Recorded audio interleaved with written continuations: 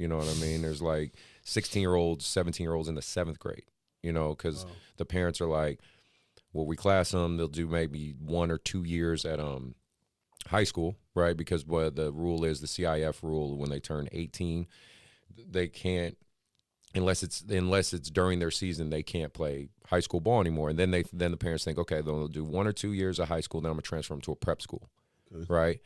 I don't see that as a sustainable business model or things like that, but I was curious on your perspective on it, if you've seen this type of stuff in the AU world.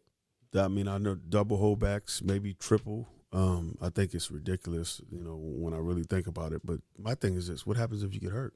Right. And then your plan goes to what? Then what? You have no education, you have no real skill set, no real experience. So what happens to that child? Right. You know what I mean? Because they're kids at the end of the day. So for me, we came up in an era where it was kind of like if you wasn't good enough, you just had to wait till next year, or you had to get better, or you put in find work. something else, do something else. So it doesn't matter if you get held back another year. Yeah, you may mature more physically or mentally, but if you're not good enough, you're just not good enough.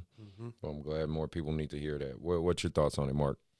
No, well, you know, just basically what he was saying too. Like, if you're not good enough, it doesn't really matter how many more years. What was it? Who was it?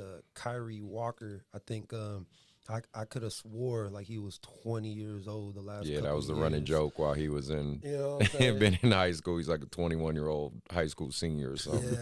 Yeah. Nobody knows, but he was still. It's just that's ridiculous. So that's tough. And then I think I don't think he didn't get drafted. Of course. No, he didn't. You know, they got the G League, and I think he's playing on the G League team. But that's tough. You know what I'm saying? To just be in that type of situation. You know what I'm saying? But yeah, I agree with you. Yeah. Well, let's go to the NBA. So, because that's always fun stuff. Season's here. You know, it's good to have a season back and see people in the stands. Shay, you got a favorite NBA team?